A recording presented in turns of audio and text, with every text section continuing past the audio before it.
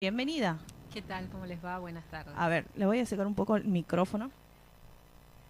Sí, yo soy de voz bastante baja, así que Ya me tranquiliza, licenciada, con su algunos voz. pacientes me dicen eso. Escuchamos hablar y ya quedamos como dormidos. Como zen, como ahí un zen tiene la voz.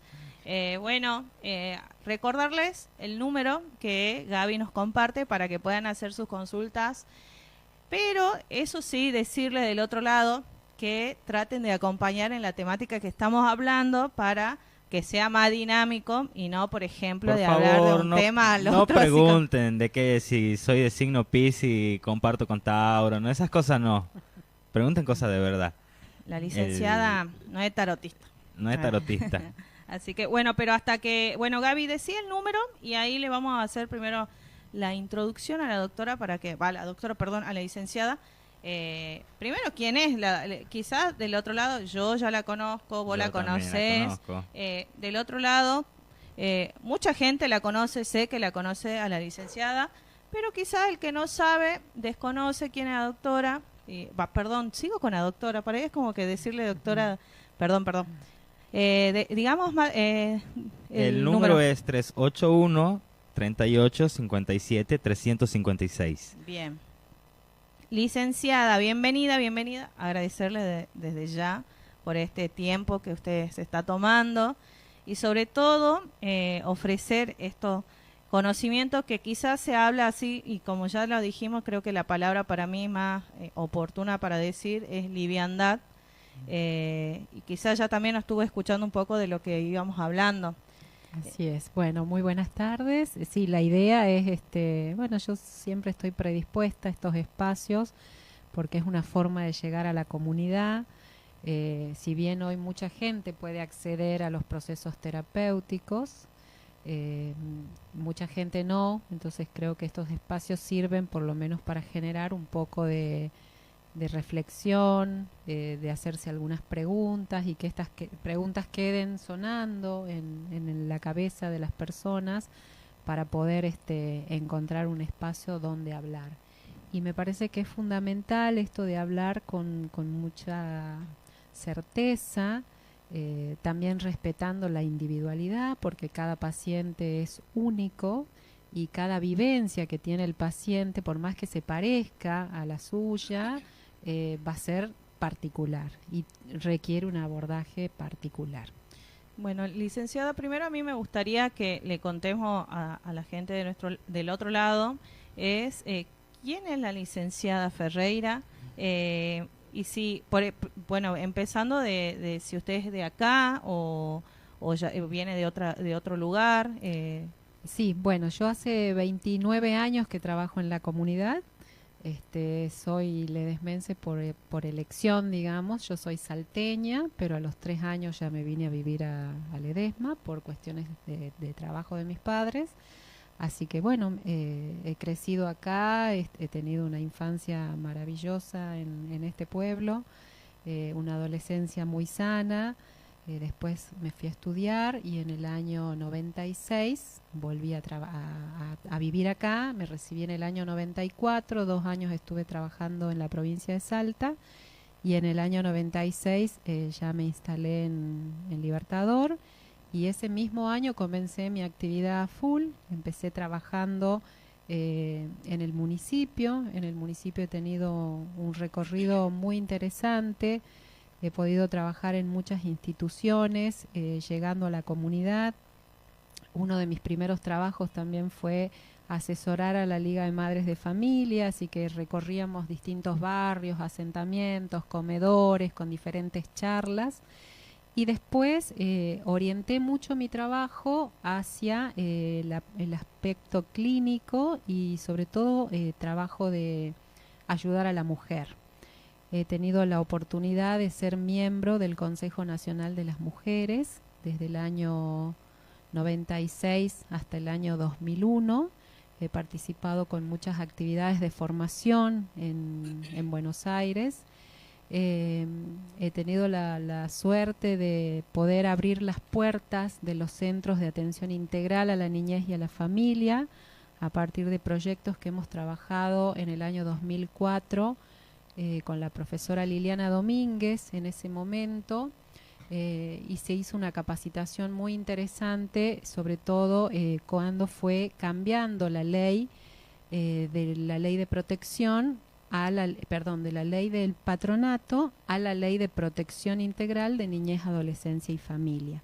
Todo ese proceso de formación y también de acompañamiento en cuanto a la reglamentación de esas leyes, las he podido trabajar, y después tuve la oportunidad de abrir las puertas del primer centro de atención integral acá en la comunidad. Después he trabajado mucho en el centro, he sido en realidad presidente del Consejo de Niñez, Adolescencia y Familia, y hemos logrado generar un espacio para este consejo. Y bueno, y después en el año 2009, por concurso, ganó el concurso del Hospital Oscar Orías. Así que ahí, bueno, hice un cambio de institución, pero bueno, siempre trabajando en la temática. Bien. En este amplio proceso que nos ha contado, cuando llegaste ya como profesional, ¿con qué te encontraste?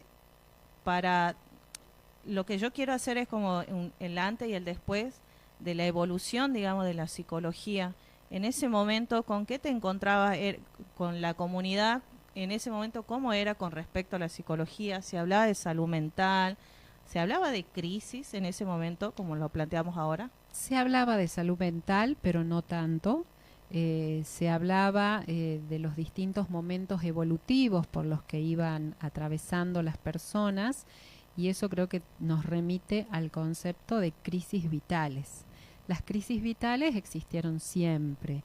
Tienen que ver con esos momentos que marcan un antes y un después en nuestras vidas. Por ejemplo, recibirse, por ejemplo, tomar la decisión de casarse, tomar la decisión de tener hijos, tomar la decisión de generar un trabajo, los momentos de donde uno se retira de la actividad laboral, que serían las jubilaciones. Todos esos son momentos de crisis vitales que atravesamos todas las personas, y de acuerdo a los recursos internos con que contamos, podemos afrontar con mayor o menor seguridad esas situaciones, esas crisis vitales normales en todos los procesos de cambio.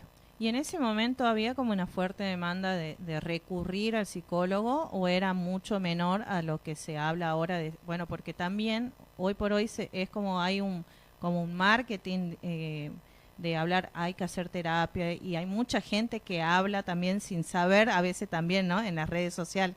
Sí, bueno, yo creo que en eso hay que ser muy criterioso. Hoy hay algunas corrientes de pensamiento que no tienen que ver con la psicología y que salieron de una manera así como muy fuerte y con mucha presencia, y que pone conceptos como soltar. No es fácil soltar, justamente. No, yo lo sé. ¿Sí? Justamente de lo que se trata es que el psiquismo se aferra, y tiene que ver con que lo que generó dolor queda impregnado en el psiquismo, ¿no? Entonces a veces uno escucha esto, pero hay que soltar, y ve TikTok y qué sé yo. No sé si tienen tanta validez científica, porque realmente iniciar un proceso terapéutico es muy duro, y de lo que más cuesta es de soltar, justamente. Si fuera tan fácil soltar, creo que no tendríamos que atravesar estos procesos de duelo, ¿no? Porque en realidad el soltar tiene que ver con esto, atravesar un proceso de duelo, ya sea soltar o atravesar el proceso y aceptar la pérdida de un trabajo, de una pareja, de un ser querido. Y bueno, y tiene sus etapas los procesos de duelo. Pero un poco respondiendo a la pregunta, yo por lo menos que hace 30 años trabajo en la comunidad, también trabajo en mi actividad privada, hace 30 años. El día que yo empecé a trabajar, empecé en todos los ámbitos, en el ámbito público y en el ámbito privado, no paré hasta ahora. Por ahí mis hijos me dicen, ¿no te aburrís de hacer hace 30 años lo mismo? No, y creo que esa es otra característica que tiene que ver justamente con lo que me proponían, y era hablar de la crisis de los 30, o describir algunas particularidades de la gente de los 30, totalmente distinto, ¿no? Porque, bueno, creo que es rico lo que les pasa quizás a los chicos de 30. Dicen, yo ni loco, haría 30 años lo mismo. Y tienen esta plasticidad que los viejos, como yo, quizás no tenemos, ¿no? Y bueno, sí, hace 30 años que hago lo mismo, me gusta mucho, me gusta estar en procesos de formación continua y eso creo que ayuda también a que uno no se quede.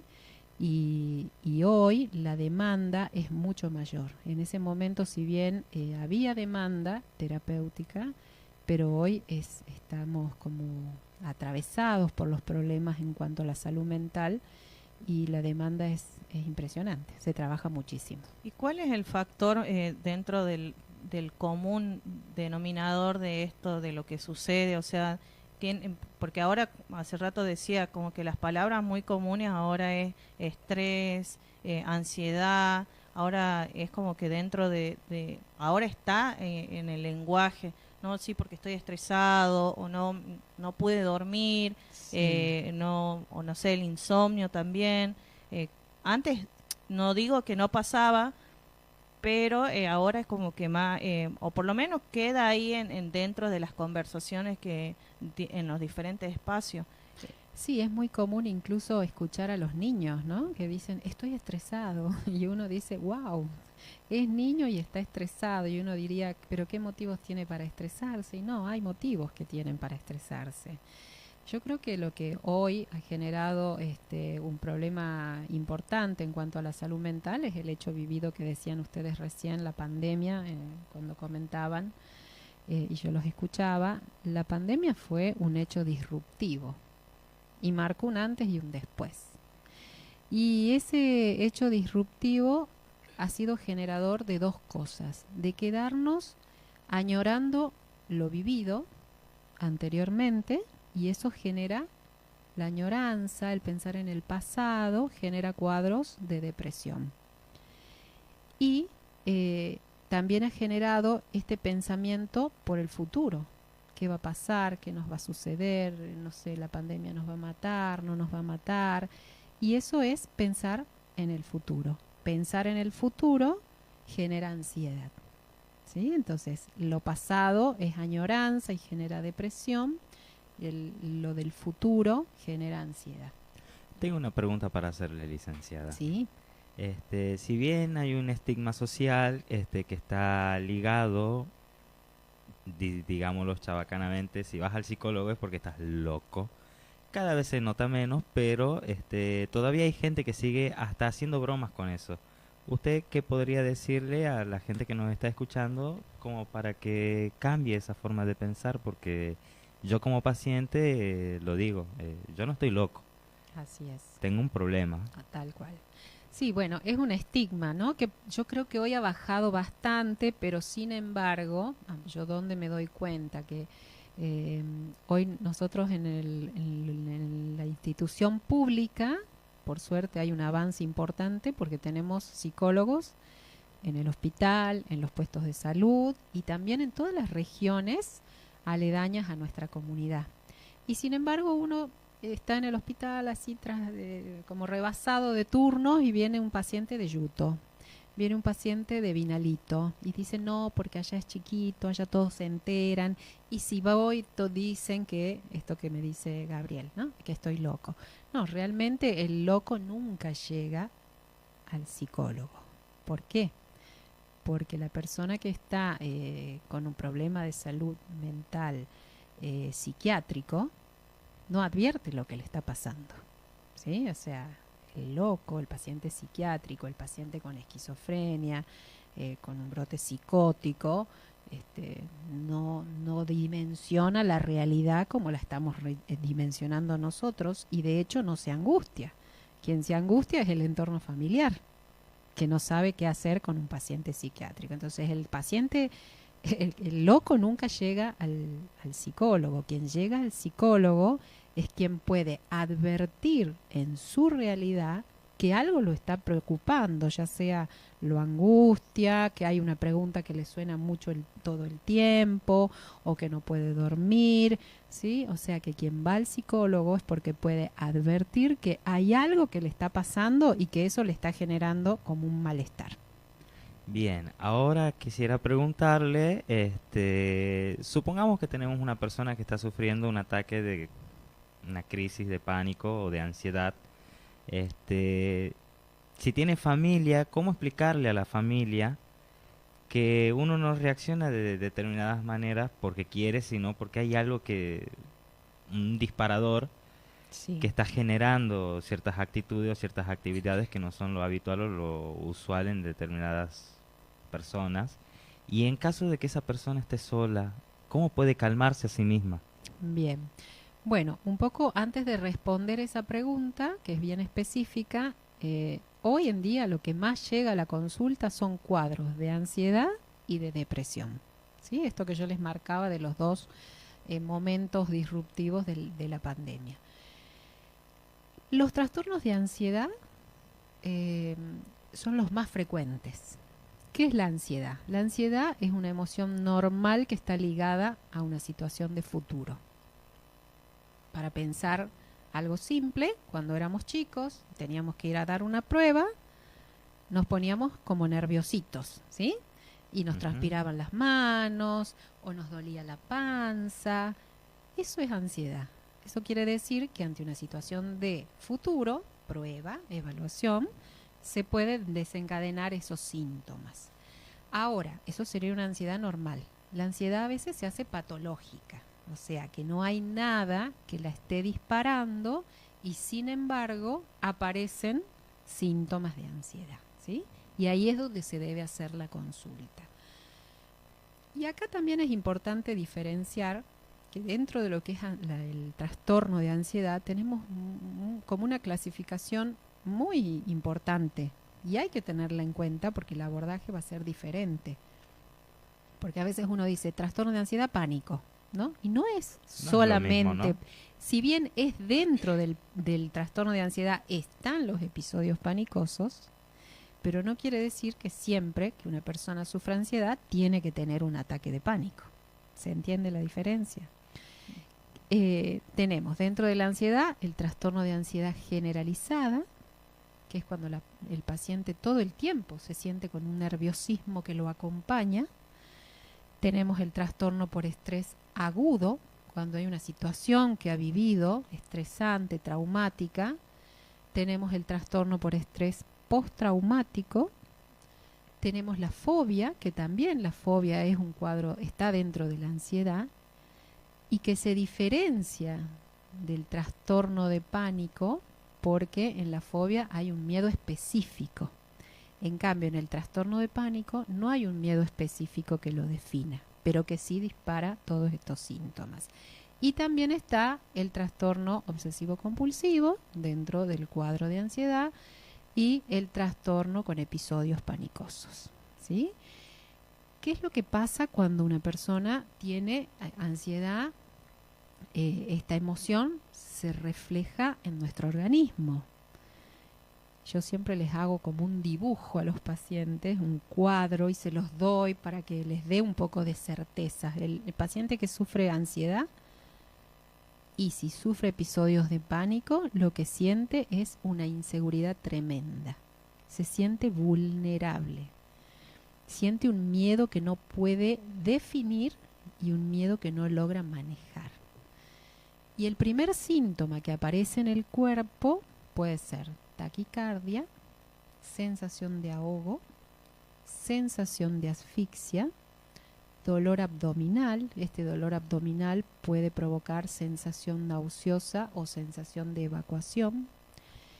Puede provocar dolor de cabeza permanente, sensación como de inestabilidad, de mareo, hormigueo en las piernas, hormigueo en los brazos, sensación de frío intenso, sensación de calor intenso. Imagínense la cantidad de síntomas que voy nombrando que generan mucho miedo en el paciente. Por eso es que son pacientes que suelen llegar a las guardias y van o al gastroenterólogo por los dolores gástricos o los malestares gástricos, o al cardiólogo por la taquicardia y la sensación de ahogo que tienen. Suelen llegar mucho a las guardias.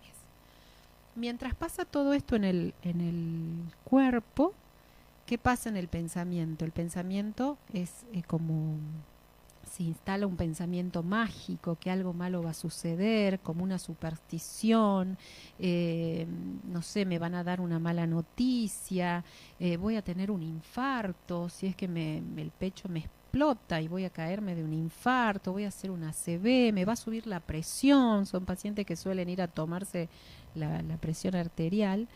Entonces estos pensamientos negativos son devastadores, le generan un desgaste al paciente tremendo. Y bueno, provoca miedo, llanto y angustia. Por otro lado, a nivel del comportamiento, ¿qué es lo que pasa? El paciente se siente como intranquilo, hiperactivo, entra, sale, no sabe qué quiere, va a la heladera, come, sale a la vereda a tomar aire porque no puede respirar, y a veces siente que el organismo que tiene, que ese cuerpo que porta, no es suyo, que son las llamadas crisis de despersonalización. Cuando se llega a esa instancia es muy difícil, porque el paciente se angustia tremendamente. Entonces, un poco para responder la pregunta, ¿qué hacer? Primero, no juzgarlo, porque lo primero que a veces se dice es, pero si tenés todo, ¿qué te pasa? ¿De qué estás mal? ¿Sí? ¿Por qué tenés tan mal humor? O ¿por qué tenés tan mal humor? Más que mal humor, el paciente con pánico se siente como abatido, ¿sí? Ese es, sí. Como abatido, no tiene fuerzas para enfrentar porque realmente siente que se está muriendo. Entonces, lo primero que hay que decirle es que esto no es una fabulación, no es que se está haciendo, no es que está somatizando porque quiere, sino que hay a nivel de la química del sistema nervioso una desconexión en los neurotransmisores. Y eso no lo podemos manejar con la voluntad. Entonces por ahí quizás la familia te puede decir, pero poné de tu parte. Sí se pone. Ponele más ganas. Ponele onda, Sí, ponele ¿sí? Y en realidad no tiene con qué poner ganas y con qué poner onda. También ¿sí? eso pasa también que la familia desconoce en realidad lo que le está pasando a su familiar. También Muchas por veces una, no le interesa tampoco, ¿no? Y bueno, Claro. yo creo que también es también una negación, depende de las Sí, situaciones. yo pienso que hay que analizar cada caso, pero muchas veces es por desconocimiento, ¿sí? Y porque a veces uno cree que eso es lo que lo va a ayudar. Es como cuando alguien está en un proceso de duelo, ¿qué tiene ganas de hacer? Llorar. ¿Y qué le dice la familia en el afán de ayudarlo? No llores. ¿Sí?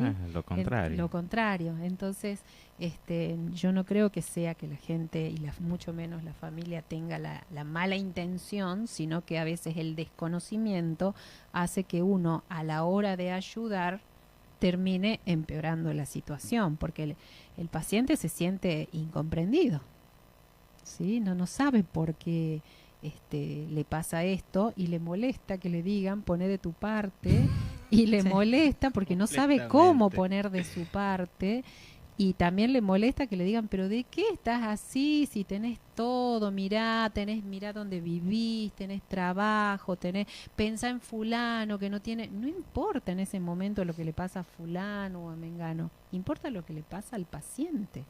Y ese paciente se siente desbordado. Entonces, lo primero es no juzgarlo. Lo segundo, tratar de tranquilizarlo a través, ¿cómo tranquilizarlo? Dándole las manos. Los pacientes con ansiedad necesitan del contacto físico, ¿sí? Entonces, quizás darle la mano, darle un abrazo, encenderle una luz. Si la persona es creyente, no sé, la estampita del santo al que es devoto, si, no sé, conectarse con alguien que le dé placer, bienestar, pero sobre todo eso, devolverle la seguridad, porque lo que vulnera a un paciente con ansiedad y sobre todo con episodio panicoso es la sensación de seguridad. Eso es lo que pierde. Entonces necesita recuperar esa seguridad. ¿Y esto se recurre a la medicación, eso? Así es. Esta patología requiere de un abordaje conjunto. El abordaje psicofarmacológico, que lo vas a trabajar con el médico psiquiatra, normalmente con ansiolíticos y un antidepresivo funciona muy bien, y el abordaje terapéutico. El abordaje psicofarmacológico le va a dar como el alivio inmediato que el paciente necesita, ¿sí? Y el abordaje terapéutico, que es más lento y hay que tener más paciencia, lo que le va a dar es el manejo de la emoción. Yo siempre les digo, cuando les doy ese papelito donde les escribo los síntomas del cuerpo, del pensamiento y del comportamiento, le digo, la próxima que tengas esta sensación de que el corazón te estalla, que no podés respirar, agarra el papel, marca los síntomas que estás teniendo y recordá que vos clínicamente estás sano, que esto es producto de la emoción, ¿sí? Entonces, esa es como la primera herramienta que yo le doy a los pacientes en la primera entrevista, hasta que va aprendiendo el manejo de la emoción. Porque no es lo mismo llegar a una guardia y decir, no sé qué tengo, me estoy por morir, a decir, no, tengo un cuadro de ansiedad o estoy por tener un episodio de pánico, porque incluso hay como un aura. Es decir, que el organismo nos avisa. Te estás dando cuenta cuando Uno te se va a da agarrar. cuenta, exacto. Las primeras veces te asustas, pero después ya sabes que te está por pasar y es como que tratas de minimizarlo, pero sabes que no se puede minimizar. No se puede minimizar, pero no es lo mismo no saber qué tener a saber qué uno tiene. Ese saber qué tengo es una forma también de devolverle la seguridad al paciente. Bien, bien, bien. Creo que más claro no puede ser. Y también del otro lado que estás escuchando acá por FM Imagen 92.5, y también estamos transmitiendo por nuestra red social de Café Política y Algo Más por Facebook. Estamos saliendo ahí.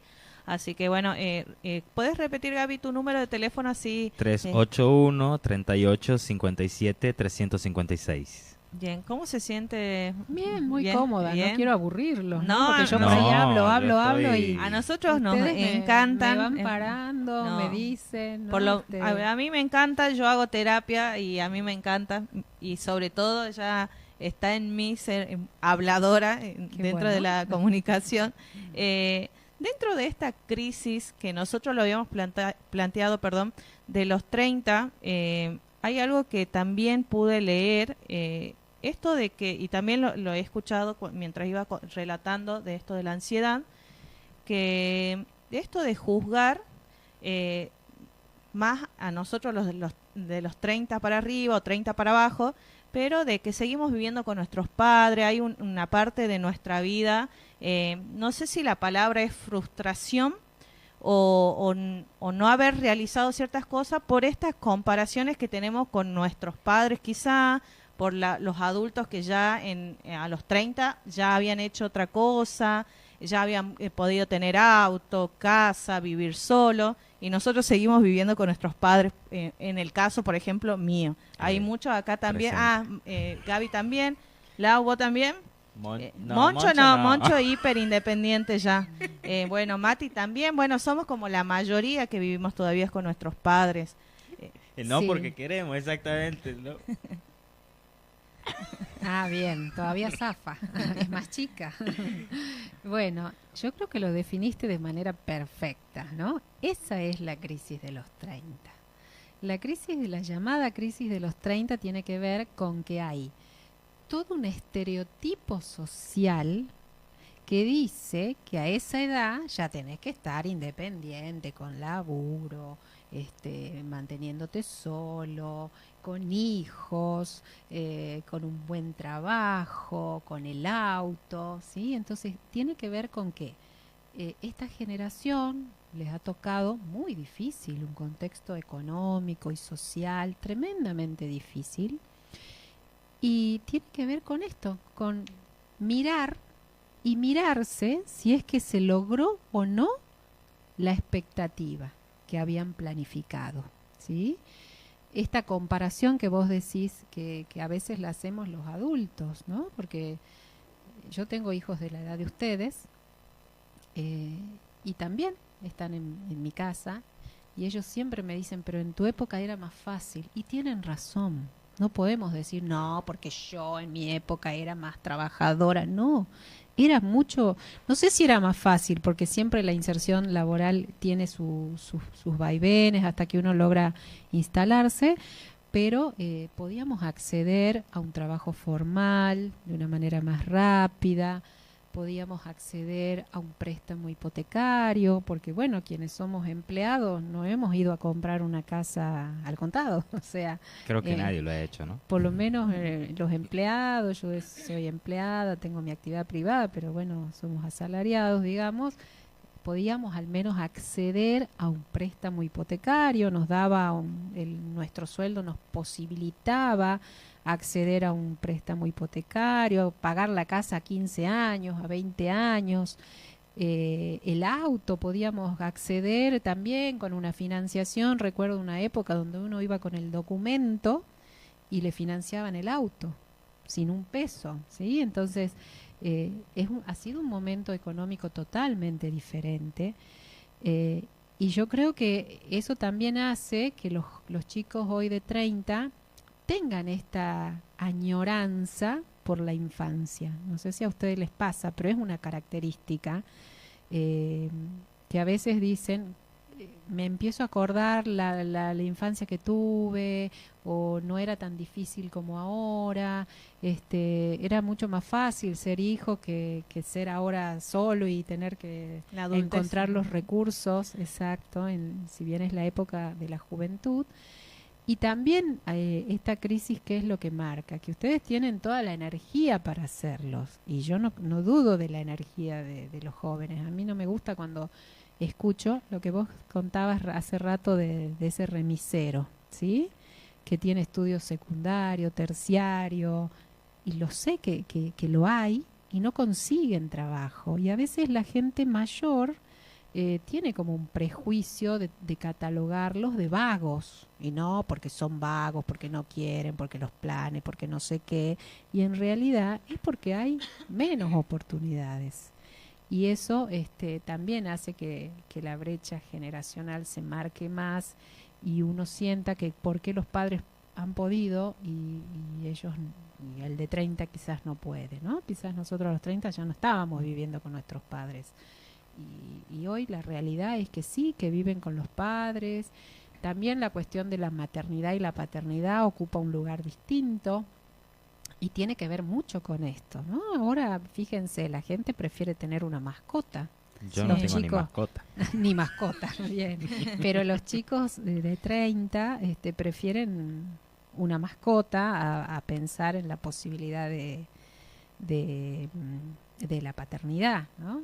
Yo tengo un hijo que tiene 25 años y él está decidido con el tema de la vasectomía. Yo también. Mira vos. Y yo le digo, y encima, ¿qué necesita? Mamá, tengo todo, necesito el certificado psicológico. No, le digo, pedíselo a otra psicóloga. ¿Y claro. no me lo puede dar a mí? No sé, lo vemos, ¿no? Pero no se lo querés dar, digamos, si tendrías que hacerlo desde el lado de madre. ¿Te gusta o no la idea que digan, no quiero? Me asombra, no sé si me gusta o no me gusta, pero sí me asombra, ¿no? Bueno, igual yo como mamá ahí, que yo soy mamá Le gustaría sola, tener un nieto. Yo tengo ya una nieta. Bueno, ya tengo está. una nieta Ya está. del mayor, una nieta que amo, y bueno, quizás también esa experiencia que ve el de 25 en el de 28, diga, me quiero hacer la vasectomía. Pero es otra particularidad de cómo se plantean la maternidad y la paternidad ahora. Nosotros antes era como que a los 25 ya teníamos que ser madres, y no éramos como viejas, una cosa así. Y hoy no, hoy la edad, digamos, en un segmento social donde la gente puede acceder a estudios, a un trabajo, no quiere ser madre joven. Se plantea después de los 35 años quizás la posibilidad de la maternidad y la paternidad. Creo que tiene que ver un poco con esto, ¿no? Con que hay como se hace más difícil acceder a esta independencia, entonces también tiene que ver con la responsabilidad. Hay algo que también me gustó mucho, que usaste el término plasticidad. Y esto, bueno, también decir sí, porque somos más vagos y todo. Esta no continuidad a veces con los trabajos y decir, bueno, cambio de trabajo, veo otra cosa. Sí. Y en cambio, yo hace aproximadamente 3 o 4 años que estoy dentro del periodismo, pude ver muchas personas adultas con jubilaciones de 30, 35 años y me pasó, digamos, particularmente con mi mamá, con más de 33 años de servicio y pensaba cómo hizo para sostener, y la palabra aguantar, esto, ¿no? Y nosotros no podemos aguantar, digamos, estos dos mundos diferentes. Así es. Yo la verdad que creo que en un punto es bastante positivo esta plasticidad. Por eso yo le pongo el nombre de plasticidad. Uno lo ve como, wow, qué audaces, ¿no? Porque por fin que consiguió un laburo, después de 5 años se cansó y se fue, ¿no? A mí, yo también hago psicología laboral. Trabajo en psicología laboral hace ya 29 años. Y me tocó un día hacer una evaluación y estaba, digamos, una ingeniera en una planta como gerente. Y a los 6 años me dijo, me harté. Y me voy a Miami a trabajar de camarera. Y yo me asusté porque digo, wow, yo no lo haría. Y ella me contesta, a ver, voy a ganar lo mismo y no voy a tener la responsabilidad que tengo acá frente a una planta, ¿no? Y realmente está bueno, ¿sí? Entonces yo ahí le puse el nombre de plasticidad. Con ese caso que me tocó trabajar hace unos años, le puse ese nombre porque dije, a ver, hay que tener esta valentía también para decir, yo no voy a estar 30 años haciendo lo mismo, voy a cuidar mi salud mental, no me voy a bancar esta presión tantos años. Y que nosotros, los grandes y los adultos, y de hecho quien yo trabajo en la salud mental, yo llevo 30 años y me faltan 7. Con lo cual me voy a jubilar a los 37 años de aporte, imagínense. Buenas noches. Si es que con la modificación y el DNU que presentó el presidente no se extiende a 68 años, ¿no? Así es. Tal cual. Teniendo en cuenta el contexto político también. Tal cual. No, ya eso es mucho. Me duele la cabeza. Bueno, a todos le está haciendo doler la cabeza lo que forma parte de la realidad también, sí. Porque es algo que están debatiendo. Le mandan saludos del Servicio Mental de Ramal 2, que están escuchando. Ale Borghi también, que está escuchando. Mucha gente escuchando la radio del otro lado, así que tenía que hacerle llegar los saludos. Bueno, muchas gracias. Amelia Quinteros también dice un abrazo a la doctora, un placer siempre escucharla. Ay, Amelia, un beso grande. Tuve la oportunidad de trabajar con ella cuando estuve como directora en la Escuela Sagrado Corazón de Jesús y la verdad una persona íntegra, con mucha pila para el trabajo, así que siempre guardo lindos recuerdos, Amelia, un beso. Y sí. A mi equipo, obviamente, el equipo de salud mental de Ramal 2 es un equipo que creo que todas estamos estresadas porque trabajamos un montón, así que trabajamos en guardia también, así que un beso grande para todo el equipo, especialmente a la colega que hoy está haciendo la guardia. Bueno, yo vengo también a saludar a todos los auspiciantes que tenemos acá en el programa, como Panificadora Levaguet, Cecilia Espinosa, la distribuidora Chelas, la empresa telefónica Claro, la casa comercial Guibergui, también que se ha sumado este programa. Bien, también agradecer a la familia de los Rockies, que ahí están, mañana juegan un partido importante de la primera fecha de la Liga Amateur Mercantil de Moreno. Mañana juegan en la cancha auxiliar de Alberdi a las 18 horas contra 18 de noviembre. Y también están participando en una liga de básquet en San Pedro, que ayer ganaron al puntero, así que ahí están contentos y festejando. También agradecer al licenciado Pablo Salinas, que trabaja en la clínica Ledesma Consultorio 14, y a la mueblería y colchonería Nueva Era. Agradecer a todos por acompañar este proyecto de Café, Política y algo más. También lo tenemos trámites virtuales Henry, Bloom, Cafetería El Paso, Gire Indumentaria Femenina, Barbería Shop El Mero Mero, la abogada Paula Cepeda, Olulú, Puro Amor, Aljaba, Estudio Jurídico de Asesoría Legal, de Cápsule, el Gimnasio y Carnicería Santino. Bueno, más allá de que ya dijiste Casa Guiberi, es atendido por Luciana y Gabriel. No sé, dice el otro nombre, no me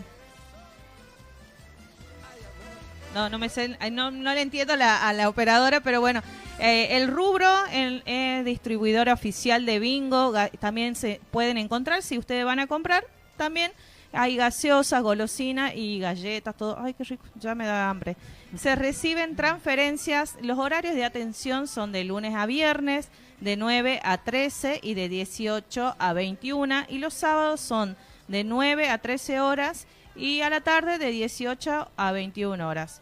Los sorteos del Bingo Lobo se juega este domingo 12 de mayo a las 18 horas y el del Hospital Oña Tibia el domingo 19 de mayo a las 19 horas, bueno, también sujeto a cambiar por las dudas, y la Liga Jujeña de Fútbol el sábado 25 de mayo a las 18 horas. Marcela, justo nombraste que hay guardia en la atención del ramal 2 y bueno, el equipo de salud mental. Coméntame cómo vienen transcurriendo esta nueva opción también, digamos, para el que se siente mal, que necesita ayuda. Bien, sí, las guardias funcionan desde el mes de noviembre, es un avance importante para lo que es salud mental y justamente tiene que ver con esto que estamos hablando de cómo ha crecido la demanda. De todos modos, los días de guardia son para casos emergentes, como plantea, digamos, una guardia. No es que yo puedo ir un sábado, un domingo a hacer una consulta, porque la guardia no está para eso, sino para los casos que llegan, normalmente, ¿qué es lo que trabajamos muchísimo en guardia? Pacientes psiquiátricos descompensados, que esto es importante también, quizás amerite otro programa para hablar de los pacientes psiquiátricos y su medicación, porque a veces es muy común que la gente diga, no, como yo ya lo vi bien, ya no hablaba cosas tontas, doctor, entonces le sacamos la medicación. No, la medicación es lo que estabiliza a un paciente y como son patologías crónicas es de por vida, por ejemplo. Entonces, muchos pacientes psiquiátricos descompensados justamente por abandono de los tratamientos, intentos de suicidio, lamentablemente, que es un tema que yo considero que no es para tocarlo en los medios de comunicación. De todas formas, estaría bueno que recordemos las líneas a las que se pueden comunicar. Sí, es un 0800, no lo tengo en este momento, pero ya lo busco en el celular. Para los casos de intentos de suicidio hay una línea de 0800 que funciona de lunes a viernes, de 8 a 0 horas. Okay. Ahí lo tengo. Ahí, bueno, dice Salud Mental Escucha al Sí. 0800 88 47 67, opción 1.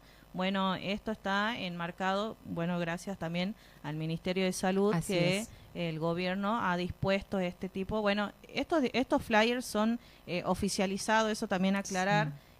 Que, como dijo la doctora, por esta fuerte demanda, también ha habido una modificación también en el tema de la escucha y saber entender que esto también tiene diferente, una atención particular en una situación particular también. Así es, sí. Por eso es que en casos, lo que más llega en los fines de semana que estamos de guardia son los intentos de suicidio, los pacientes psiquiátricos descompensados por abandonos de tratamiento y las intoxicaciones, ¿sí? O sea, la problemática de consumo es algo que nos está desbordando. Cada vez hay gente que consume y que consume mucho más. Esto también es lo que ha dejado la pandemia, porque a veces uno se preocupa por las drogas ilegales, pero en realidad el consumo de psicofármacos ha crecido tremendamente. ¿Tenés más o menos un porcentaje como para tener idea pre-pandemia y tengo post-pandemia? no tengo esa información, la puedo traer después con certeza. Pero es mucho. Es mucho lo que ha crecido y sobre todo la medicalización de los adolescentes. A mí eso me preocupa. ¿Y Sí. eso porque van y compran medicamentos ellos o porque se los recetan? No, los psicofármacos no, bueno, siempre que está lo legal aparece también la transgresión a lo legal, ¿no? Sí, sí, sí. Pero el psicofármaco se receta con prescripción médica, receta, doble receta. Hoy la receta es electrónica, sí o sí tiene que retirar con el número de documento, en el caso de que sea del hospital, y en el caso que sea de manera privada o particular, es con doble receta. Se hace un control muy estricto sobre los psicofármacos, dentro de lo correcto y lo legal. Pero bueno, uno también advierte que en algunos lugares donde hay venta de sustancias ilegales o que los chicos acceden a las sustancias ilegales, a veces también acceden a algunos psicofármacos. Claro, está bueno saber esa realidad también porque uno escucha en los barrios, escucha con los conocidos, con los familiares también que hay muchos jóvenes, ¿no? Sí, sí. Y lo que también vemos que dentro el abordaje de los consumos y de los cuadros de intoxicación son muy frecuentes los fines de semana, por eso la guardia y por eso tratamos de responder, y en esos casos tenemos que hacer las internaciones involuntarias. La ley hoy, por ejemplo, habla de la internación de los pacientes con problemas de salud mental en los hospitales generales. Eso también ha generado un cambio grande y seguimos en proceso de acomodarnos a esto. No existen ya los hospitales monovalentes. Antes uno decía el hospital del psiquiátrico, donde iban allí las problemáticas, y hoy no, esto se hace en los hospitales generales. Y desde tu punto de vista ese cambio. Y todos los cambios tienen resistencias, ¿sí? Entonces siempre vamos a tener algunas resistencias y también tienen procesos de adaptación hasta que uno va aprendiendo, ¿no? Cómo funciona. Y para ello es necesario trabajar en equipo, sostenernos como equipo. Yo personalmente en el Hospital Orías trabajo muy bien con el doctor Murillo, que es el psiquiatra. Entonces el abordaje tratamos de hacerlo siempre juntos, incluso desde la escucha inicial, la primera entrevista. Cuando el paciente quizás ya avanzó en su tratamiento, ahí ya nos desprendemos un poco, pero tratamos de que sea siempre el abordaje conjunto. Y en la guardia es lo más interesante poder apoyarnos en un colega. ¿Sí? Está bueno lo que implica, ¿no? A pesar de este momento, este lugar de escucha que tiene por ahí alguien que no sabía, que está transitando algo y no sabe qué es y necesita que un profesional lo escuche. Está bueno porque también implica esta cuestión de los consumos en los jóvenes y esta, como contabas vos, este nuevo cambio de separar, digamos, y que sea todo en el hospital. Está bueno saberlo también. Sí, y bueno, nosotros también tenemos acá en la comunidad el dispositivo territorial y comunitario, los llamados DTC, donde se hace el abordaje ambulatorio de la problemática de consumo, que justamente ahí está el licenciado Pablo Salinas, un colega muy querido también. Muchos colegas han podido empezar a dar sus primeros pasos conmigo, así que bueno, es muy gratificante que ellos ya sean prestigiosos colegas en la localidad. Hay algo que me llama la atención dentro de estas demandas. Los adultos también hay alguna rama de que recurran así para estas emergencias o no, porque por ahí bueno uno por una cuestión de los consumos se da mucho dentro de los adolescentes y algunos adultos, pero el adulto mayor. Los adultos, ¿sí? Vamos a hablar primero de los adultos, sí. ¿sí? Después de los adultos mayores, ¿sí? Bueno, en la población adulta, ¿qué es lo que sí llegan a la guardia? También llegan intentos de suicidio, o personas con mucha ideación, o sea que tienen la idea de manera recurrente, por eso es que se hace la internación, y también muchos casos de adultos desbordados con problemáticas de trastornos de ansiedad y con episodios de pánico. Es lo que más llega. Los adultos mayores normalmente no llegan, ¿sí? Son llevados por los familiares. ¿Qué es lo que se ve en los casos de adultos mayores? Mucho deterioro cognitivo, y también este deterioro cognitivo, también aparecen, es como que el deterioro cognitivo son los primeros indicios de algunas demencias vasculares, demencias seniles, o en cuadros mucho más graves, ¿no? Como el Alzheimer. Pero también lo que aparece mucho en los adultos mayores son los trastornos depresivos, porque bueno, es el declinar de la vida, ¿no? Entonces pasó de una vida activa lo dejan solito también. Quedan muchas personas solas, y por más que uno quiera acompañar al adulto mayor, de hecho yo antes de estar acá tuve que ir a la casa de mi mamá a preparar el té, Claro. ¿no? Porque bueno, uno tiene trabajo y no es que no quiera acompañar. Pero también se vive otra realidad en ciertos segmentos económicos, es que hay una desvalorización del adulto mayor, pero hay muchas familias que viven de ese adulto mayor, ¿sí? Entonces, yo no lo quería decir mal en otras palabras, pero también sucede, sí, o sea, sé que llegan porque no los tratan, no los acompañan, por ahí les acercan el medicamento fuera de horario, y sí. llegan, me ¿O imagino, se acuerdan del abuelo, se de acuerdan abuela con del fecha de cobro y le dan todos los medicamentos juntos. Así es, sí, lamentablemente esto también pasa, ¿no? Es que a veces un abuelo está manteniendo al hijo y al nieto, a la familia del hijo y ayudando a la familia a veces del nieto también, ¿no?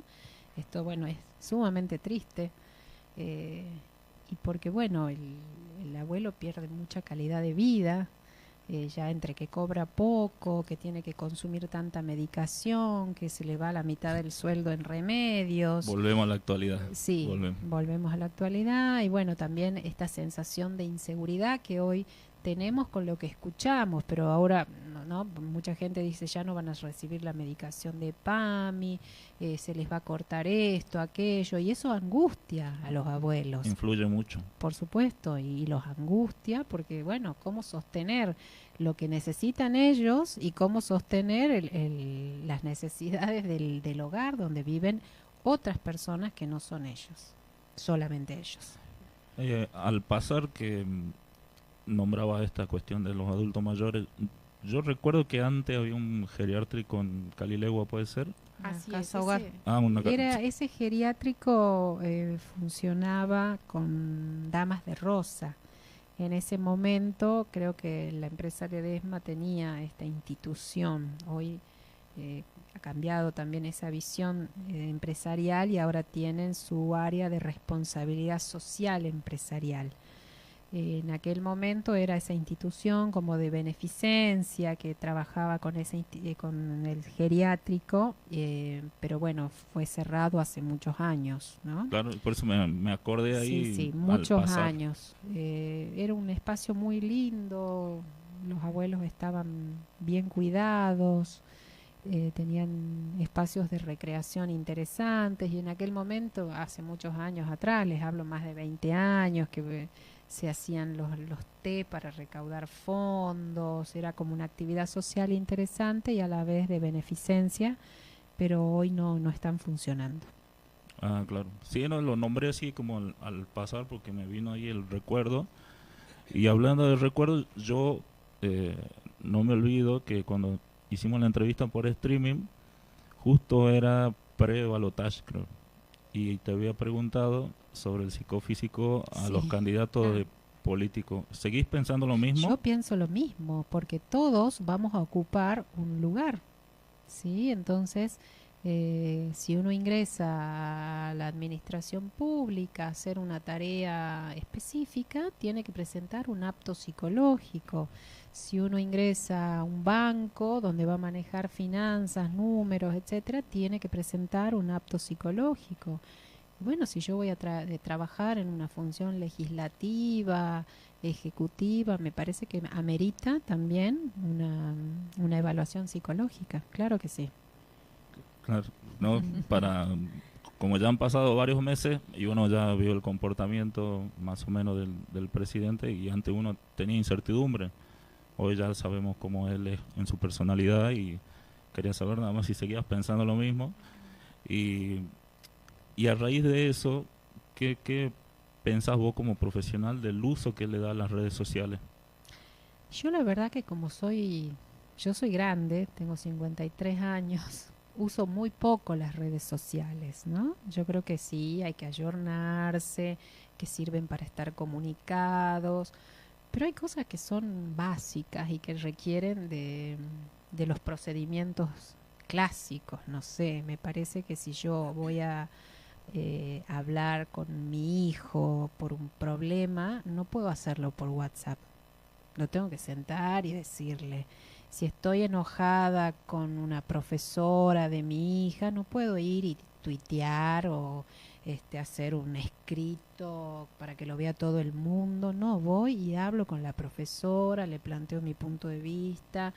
Quizás en eso yo soy muy convencional, ¿no? Entonces me parece que acá hay que usar el espacio correcto, ir por la vía que se requiera, si hay que comunicar, si hay que, no sé, dar información, estar de acuerdo o en desacuerdo. Me parece que puede usar las redes, pero también usar los espacios convencionales que se los necesita. Claro, sí, sí, bueno, lo nombro justo al pasar porque, bueno, las redes sociales son protagonistas no tan solo por el uso que le da el presidente, sino en las juventudes, que así de a poco, un poquito hemos tocado que hay una problemática de consumo. También la juventud, uno observa, bueno, nosotros también, digamos, algunos días más que otros, pero los jóvenes también le dan mucho uso y están muy compenetrados ahí. Sí, sí, yo creo que es la forma de comunicarse de los adolescentes, ¿no? Cuando a mí me consultan los papás y dicen, ¿qué hacemos con el celular? Y bueno, es todo un tema, porque en realidad es la forma de comunicarse que tienen. Entonces, ahí es como que uno también se tiene que ayornar, pero también tiene que poner límites. Yo tengo una hija de 16 años, entonces que también la veo ahí. O por ejemplo, yo le digo, pero ¿y a qué hora vienen? Hacemos una juntada, mamá, ¿y a qué hora vienen? Ah, no sé, ¿para qué? Pero ¿cómo? Que ustedes no se hablan en la escuela, no se dicen cara a cara. Che, nos juntamos a las 8, vos traes esto, aquello, qué sé yo. No, es siempre por el celular, ¿no? Entonces a uno le cuesta, pero es la realidad. Sí, lo que yo pude notar, y bueno, yo también tengo una sobrina de 14 años, es como que van viendo en el momento. Es como que no es que planifican, es como que están, bueno, vivamos el momento y a ver qué surge. Es como están en esa dinámica, o porque también nos ha pasado de preguntarle y decir, no sé. Están en esa como no sé, y ahí uno entra como en una angustia por no entender ese mundo de que vemos qué pasa, si vamos por aquí, vamos por allá. Entendemos que todos hemos pasado una adolescencia claramente son muy distintas, porque también esto, ¿no? Del aparato, esto que para nosotros es una gran herramienta, para mí especialmente, pero para ellos es como más allá de que se comunican en eso y con eso, sino que también lo usan para meterse en ese mundo también, sí. Estar ahí conectados ahí, es como el mundo paralelo, porque claramente se sienten entendidos, comprendidos, no sé, encuentran una contención ahí porque están ahí. Sí, pero igual yo creo que siempre hay que hablar con ellos sobre lo que consumen, qué cosas ven, ¿no? Eso es muy importante. Y si bien ellos, el mundo es el celular, porque uno los ve en reuniones y todos están con el celular y no hablan con el que está presente, sino que chatean con el que está ausente. ¿No? Es como... Estaría bueno escuchar como dos recomendaciones. Algo para el adulto que no entiende. Y no sé si hay algún joven que está con el celular todo el día justo ahora escuchando, pero Sí, por yo ahí creo... hay alguno escuchando y dice, bueno, escucha a la psicóloga que está diciendo. Bueno, un poco para el adulto, explicarle que es una forma que tienen ellos y que la tenemos que aceptar. No hay otra. Y por otro lado, que el adolescente crece por confrontación. ¿Sí? Entonces, el niño crece admirando al padre. ¿Sí? Para el niño o la niña, el padre y la madre son lo mejor, son bárbaros. Y para el adolescente, esa madre se transformó, que era divina, maravillosa, se transformó en una bruja, ¿sí? Entonces, el adolescente confronta con los adultos. Si vos decís blanco, él va a decir negro, por confrontación, no importa. No sé por qué, pero si mi vieja dijo blanco, yo quiero negro. ¿Sí? Y uno Bien. se da cuenta de qué vestido me pongo, y ponete el rojo, entonces me pongo el blanco. ¿Para ¿Sí? qué me pregunta? Exacto, es confrontación, ¿no? Y si los adolescentes están escuchando, que bueno, entiendo que es el modo que tienen ellos de estar conectados, pero que también es maravilloso tener el contacto físico de un otro, ¿sí? Que también es maravilloso, en vez de estar en la Play o en la consola, porque creo que Play es viejo, es de la época de cuando mis niños eran niños. Igual Cuando juegan a la Play todavía. Bien. Bueno, en vez de estar en la consola, que es una maravilla estar pateando una pelota. ¿Sí? Entonces, poder entender que es la forma que ellos tienen, pero que también no se pierdan de la maravilla de poder compartir cara a cara con un amigo, un abrazo, un mate, una charla, que también es lindo. Bien, bien, Marcela. Son las 20:41 para los que están del otro lado. Estamos con la licenciada Marcela Ferreira. Hemos llegado a hablar de todo un poco porque la verdad que hablar de psicología o quizá, y he aprendido también a decir que salud mental lo es todo, porque a veces uno dice, no, es psicólogo nomás, el psiquiatra, a veces como que tenemos ciertos conceptos muy cerrados a veces, y la verdad que siempre nos quedamos cortos hablando, y siempre hay un montón de disparadores, un montón de factores que hacen alguna situación particular, y no sé si quiere decir algo que le haya quedado, y bueno, y también los espacios donde usted está, o brindar a la comunidad que quizá a veces desconoce, más allá de los que ya ha nombrado dentro del hospital o las guardias. Bueno, por ahí como un cierre para cuidar la salud mental, ¿qué es necesario? Son como tips que están de moda. Es difícil los tips en psicología, pero esto es como algo muy básico. ¿Cómo cuidamos nuestra salud mental? Primero teniendo la capacidad de poner en palabras lo que nos pasa, ¿sí? Y eso es lo que nos hace llegar a un contexto terapéutico. Poder hablar de lo que nos pasa.